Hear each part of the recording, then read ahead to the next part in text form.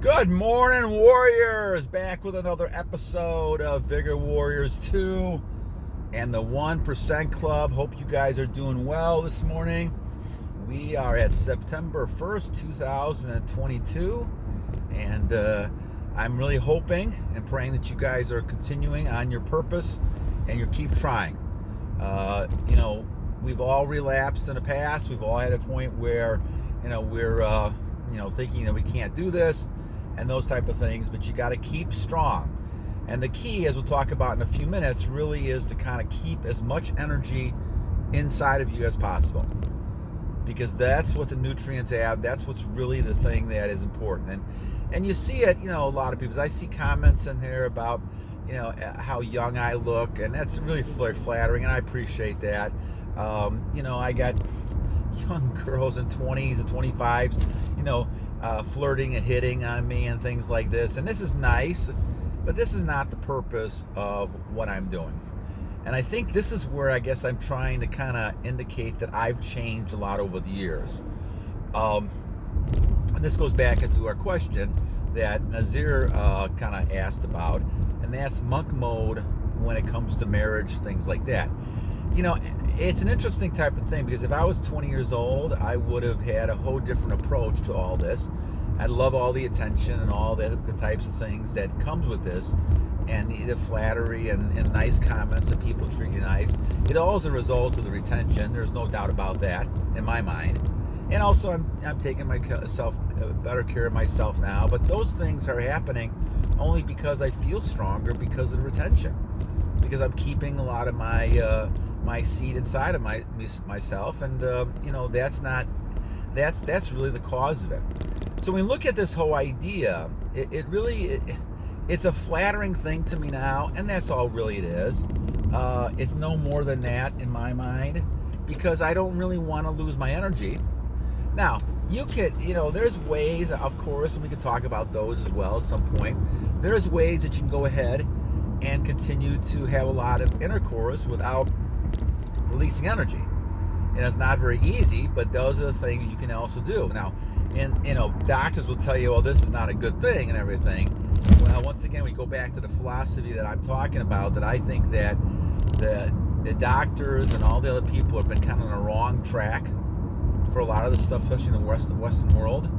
I think releasing should be there for things like procreation, and that's the key thing. So everything else besides that should be something that you are keeping inside of you to be able to kind of get more nutrients, become stronger, become healthier, focus better, all those type of things that you want to do. And I've said this many times before, the amount of energy that I have now, the amount of the attraction, the focus is just amazing to me. And I get people all the time commenting that I look like I'm 40 compared to 60. And so, that's very flattering, and I appreciate that. It's great. So thank you guys so much for those in the comments making those type of things. I appreciate that. I guess my point really kind of in doing a lot of these videos is to kind of share with you all the mistakes and thoughts that I have about things I've done, so that you guys don't do them yourself. I'm really kind of the purpose of trying to give back. And once again, I appreciate donations and comments and those type of things. That's great. Comments help us generate more topics and things like that. But the idea is that I really want to kind of have something out there so people can look at and say, okay, I'm not going to necessarily follow what the mainstream people are saying about this stuff. I'm going, and sorry, there's a lot of bouncing here, but I'm not going to follow the mainstream stuff. I'm going to go ahead and look up and figure this out for myself. And so after now 820 some days, it is very apparent to me that they were all wrong about the situation, and that I need to follow brahmacharya and sophism and meditation, those things, and really just celibacy, and only use this when I need to, we need to procreate. So that's a good thing. So I'm going to comment on something that Nizar said. And by the way, Nizar, I apologize. I don't always... the reason I do this, and I do it because I need to kind of keep track of the questions so that I know who sent them, and I want to give a shout out to the question. So sometimes I put the person's name within there, but now I realize that it might be something that people don't want. So I'm going to not put it in there, but I will try to directly relate to it when I'm talking about it in the video. So Nizar, once again, thank you for your comment from yesterday. We're talking about anxiety and retention. And now today we're going to use another one of his comments, and we're going to talk about a question about monk mode and marriage. So let's kind of delve into this one a little bit as we go through. All right, so monk mode and marriage. So this is a very interesting type of question, and I think I tried to address this once before, maybe not very eloquently, but let me try to do this again in a different way and kind of talk about my thought pattern here. So we're talking about monk mode. We're talking about not thinking about sex, not thinking about all these types of things that go along with intercourse and pictures and all that kind of stuff.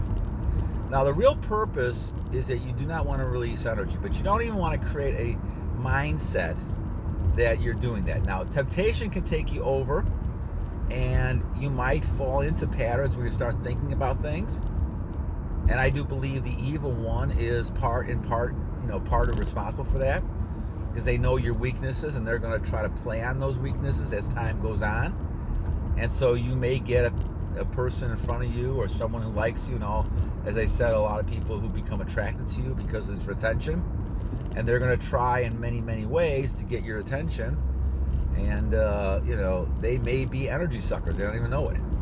They may be trying to see your energy, and they sense your energy, and they want your energy. Now that doesn't make them bad people, but it does make you more aware of how strong your energy is.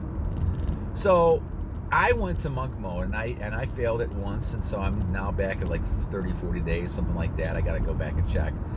But I failed at it because I started thinking about it.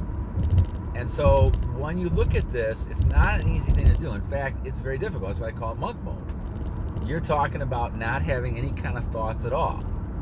Now, these things are going to happen to you. That's part of nature and life. People walking around, images around you. You have to kind of think to yourself, how am I going to control this? All right, so now we talk about the idea of marriage. And certainly, the common thought is that, well, if you're married, you're going to have intercourse with your husband or wife. And so, well, how does the monk mode fit into that? Well, I go back to the whole idea that was talked about in the Bible about how people should behave towards each other. And a lot of times, I think the apostles talked about the fact that you should marry, and Jesus said that you should marry because most people can't control themselves. They're going to lose energy all over the place. And, being people that want to multiply all the time, they're going to just go ahead and lose their energy all the time. Now, we've gotten to a point in our society where people not only lose their energy when it comes to intercourse with people, but they also lose their energy when it comes to pictures and pornography and all that other kind of nasty stuff, right? They're going to lose their energy that way too, which makes it even worse. And so as we look at the whole situation, it makes sense in this society, the way our society is, and you can make it akin like to the Roman Empire, because the same thing is kind of happening. People are, getting influenced by deviant behaviors, which become more deviant at the moment. All you got to do is look at things that are happening with things that people are dressing up in different types of things and acting in a certain way, and they're just kind of going against God's word because they don't have God in their life. And so that happens, and so now you're talking about people who are in that situation. So this society is a challenge. It's almost like trying to be in Sodom and Gomorrah or Babylon, when they started destroying themselves and trying to keep a steady way. I mean, you're going to be a target of a lot of things, and you're also going to have to stand tall.